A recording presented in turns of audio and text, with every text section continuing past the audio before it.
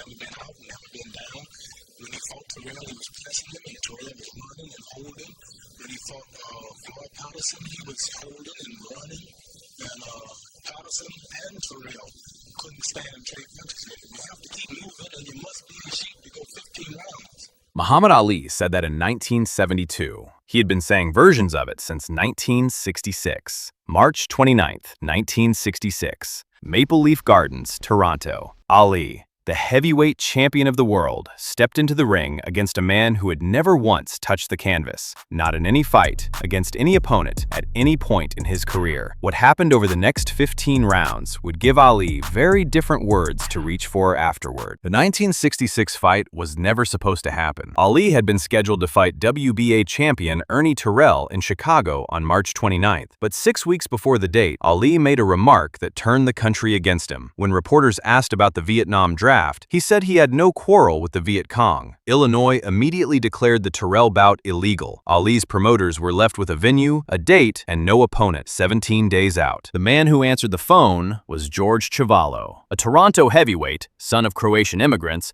who had been fighting professional since 1956. His mother plucked chickens in a factory, while his father worked in a slaughterhouse with one good arm, and showed up every day of his 2 weeks off just to watch the two men hired to replace him. The son had inherited something of that. In 10 years as a professional, Chuvalo had never once been put on the canvas. By 1966, Chuvalo was ranked number 3 heavyweight contender in the Ring magazine. He had gone 15 full rounds with Ernie Terrell, beaten opponents ranked in the top 10, and built a record that demanded respect, all without ever being the most technically gifted man in the room. His limitations were real, and more gifted fighters could expose them. But he had one quality that none of them shared. Nobody who faced him could make him quit, and nobody who faced him could make him fall. Ali had been ringside in Louisville in 1963 when Chuvalo destroyed Mike DeJean so thoroughly that DeJean finished draped over the top rope. Chuvalo's arms had churned up and down the whole fight in the same relentless motion, and Ali leaned over to the people around him and said he fought like a washerwoman scrubbing clothes on a board. The nickname spread through every sports desk in America.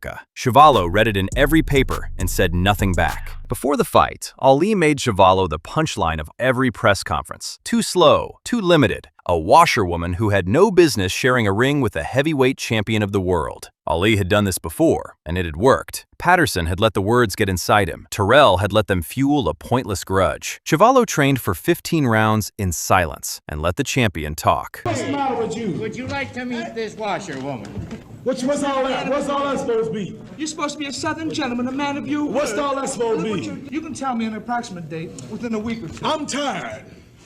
13,540 people filled Maple Leaf Gardens on the night of March 29th. Ali came in at 215. Chuvalo was 1 pound heavier at 216. Referee Jackie Silvers brought them together at the center of the ring, and from the first bell, Ali moved exactly as the press conferences had suggested he would. Fast, confident, certain the night would end early. Ali's jab was surgical in the opening rounds. He found angles that Chuvalo couldn't follow and was gone before the answer came. Chuvalo plodded forward, absorbed the combinations, and kept his feet moving toward the center of the ring, not trying to box Ali, but trying to close the distance until Ali's speed would mean less than his own weight and body work. By round 4, he had not been hurt. He had also not landed. In the 5th round, Chuvalo got inside. He worked the body with both hands, the same churning motion that Ali had mocked 3 years earlier, and this time Ali felt it. The footwork became more conservative. The jab output dropped. Chuvalo had not hurt him, not yet, but he had introduced the possibility. Over the next 4 rounds, Ali kept winning every exchange and kept finding that Chuvalo was still there at the end of each one. By the final third of the fight, Ali was throwing punches he had not needed to throw against anyone in his career to that point. Combinations that landed clean,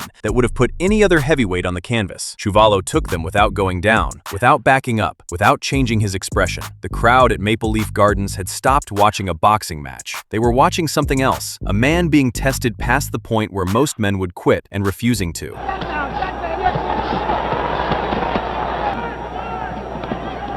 Has some swelling around the left eye. 10 seconds, 8, 7, 5 seconds.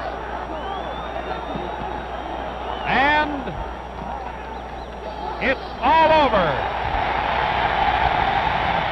The bell rang. Chuvalo was still standing. Ali had won every round on most cards, and he knew what he had just been through to do it. The judges scored it clearly, 13 rounds to 2 on most cards. Ali was the winner, and everyone understood that. What they were still working out was what to do with the other part. Ali left Maple Leaf Gardens and went to the hospital. The bodywork had left him urinating blood, and he told the press afterward that Chuvalo was the toughest man he had ever fought. Those words were not a courtesy. He meant them. It was a tough fight, 15 rounds.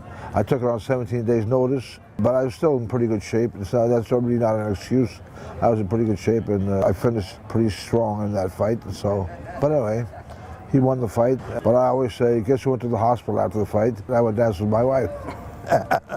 The 6 years between their fights were hard years for both men. Ali refused military induction in 1967 and was stripped of his title and suspended from boxing for 3.5 years, the prime of his career taken by a government that disagreed with his beliefs. Chuvalo kept fighting through all of it. Joe Frazier shattered the orbital bone under his eye with a left hook. George Foreman stopped him in round 3 at Madison Square Garden in 1970. Referee Arthur Mercante stepping in while Chuvalo was still on his feet, still throwing back. Ali came back in 1970 and fought his way through Jerry Quarry and Oscar Bonavena before losing to Joe Frazier at Madison Square Garden. By the spring of 1972, he was working toward another title shot, beating opponents who could test him without necessarily threatening him. His promoters called George Chuvalo for the Vancouver date. Chuvalo accepted without hesitation. Some fighters, you just have to settle things with properly. May 1st, 1972, the Pacific Coliseum, Vancouver. Ali came in at 217.5. Chuvalo was heavier at 221. Before the fight, Ali told the press he would be the first man to put Chuvalo on the floor. Chuvalo had told reporters he was a better fighter than he had been in 1966, and that he intended to prove it.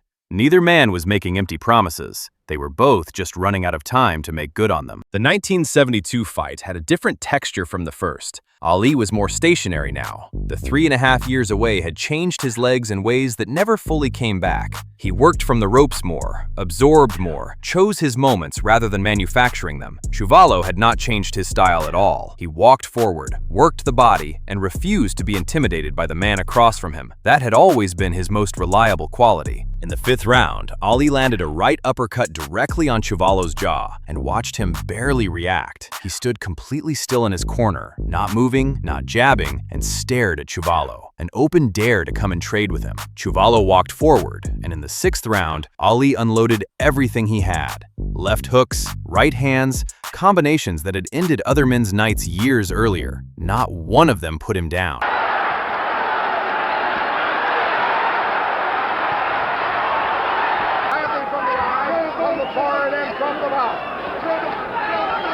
The question now will be, does Ali have anything to finish it off with, or was this just the last score, which he hasn't been able to get?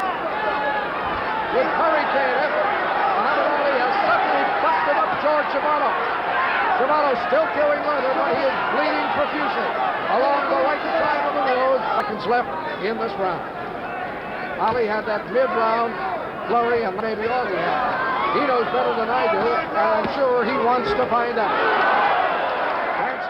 Referee Davy Brown watched both men through 12 rounds and never once considered stepping in.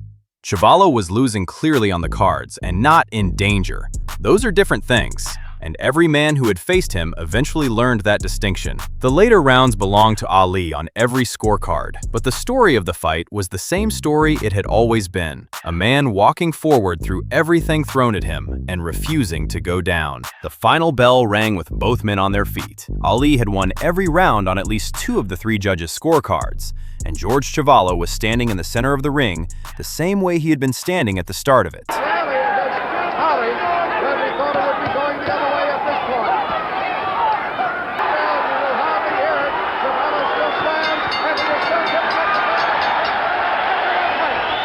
Ladies and gentlemen, now we are waiting for a decision. How about a great round of applause for 2 great champions? 12 rounds, 221 pounds of George Chuvalo. Ali raised his hand and looked across the ring at the man he still could not put down. After the fight, Ali spoke to the press. He had predicted he would be the first to put Chuvalo on the canvas, and afterward he said, "I thought I could drop him, but I couldn't. He took all my best shots and he hurt me with a couple of hard rights and a hook. It was the second time Ali had left a fight with George Chuvalo and reached for something stronger than "I won" to describe it. George Chuvalo fought until he was 41 years old and retired in 1978 with 73 wins from 93 professional fights. Never knocked down in any of them. The life that followed the ring brought losses the ring never had. 3 sons dead from heroin. His first wife gone 4 days after the last of them. He kept standing through all of it, gave anti-drug speeches across Canada for 20 years, was appointed to the Order of Canada, had a community center named after him in Toronto. The ring had been the easy part. Ali called him the toughest man he ever fought. He said it after the 1966 fight and never had reason to take it back. In 2 nights across 6 years, Muhammad Ali threw everything he had at George Chuvalo. Chuvalo went dancing both times.